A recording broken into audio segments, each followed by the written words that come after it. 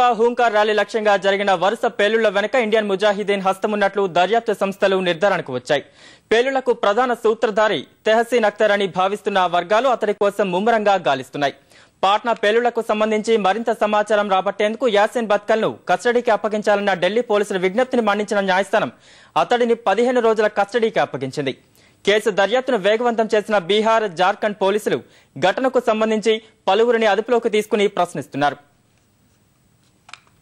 ఆదివారం పాట్నాలో భాజపా ప్రధాన అభ్యర్థి మోడీ పాల్గొన్న హూంకార్ యాత్ర లక్ష్యంగా జరిగిన దాడికి సంబంధించి పోలీసులు దర్యాప్తును వేగవంతం చేశారు. ఘటనకు పాల్పడింది ఇండియన్ ముజాహిద్దీనే కారణమని పోలీసులు భావిస్తున్నారు.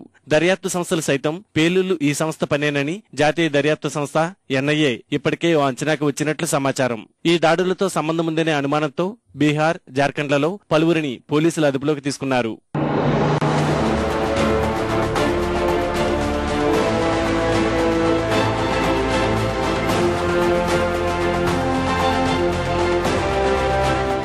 పేలుళ్ల కుట్ర జార్ఖండ్ లో జరిగిందని ప్రాథమిక అంచనాకు వచ్చిన భద్రతా బలగాలు జార్ఖండ్ రాజధాని రాంచీలోని దుర్వా సహా పలు ప్రాంతాల్లో దాడులు నిర్వహించాయి. ఇక్కడే ఇండియన్ ముజాహిద్దీన్ కు చెందిన వ్యక్తులను అదుపులోకి తీసుకుంది. ఆదివారం రైల్వే స్టేషన్ పేలుడు అనంతరం అదుపులోకి తీసుకున్న ఇంతియాజ్ తో పాటు పేలుళ్లతో సంబంధం ఉందని భావించిన అనుమానితులను అదుపులోకి తీసుకున్నాయి. వారిలో తెహసీన్ అఖ్తర్ ను కీలక నిందితుడిగా భావిస్తున్నారు. ఇతను బీహార్ ఇండియన్ ముజాహిద్దీన్ కు నేతృత్వం వహిస్తున్నట్లు సమాచారం. ఈ కుట్రకు అతనే పథక రచన చేయడం సహా బాంబులు సరఫరా చేసినట్లు దర్యాప్తు సంస్థలు గుర్తించాయి. సోదాల్లో నిందితుల వద్ద నాటు బాంబుల్లో వినియోగించే బ్లాక్ పౌడర్ తో పాటు కుక్కర్ బాంబులు లభించినట్లు పోలీసులు ప్రకటించారు.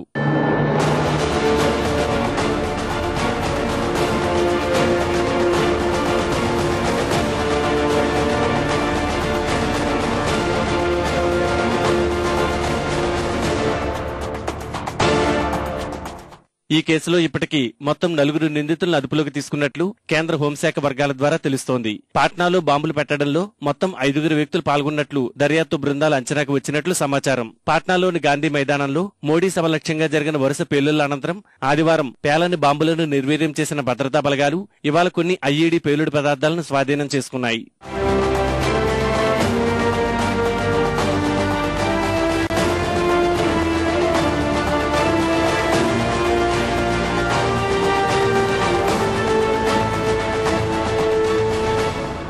ఆదివారం ఉదయం 10:30కు పాట్నా రైల్వే స్టేషన్ వద్ద తొలి బాంబు పేలగా ఇక్కడికి 2 కిలోమీటర్ల దూరంలోని గాంధీ మైదానంలో సరిగ్గా గంట తర్వాత రెండో పేలుడుతో ప్రారంభమై వరుస పేలుళ్లు చోటు చేసుకున్నాయి. పేలుళ్లలో మృతుల సంఖ్య 6కు చేరుకోగా 80 మందికి పైగా గాయపడ్డ బాధితులకు స్థానిక ఆసుపత్రుల్లో చికిత్స అందిస్తున్నారు. వారిలో 4 పరిస్థితి విషమంగా ఉన్నట్లు తెలుస్తోంది.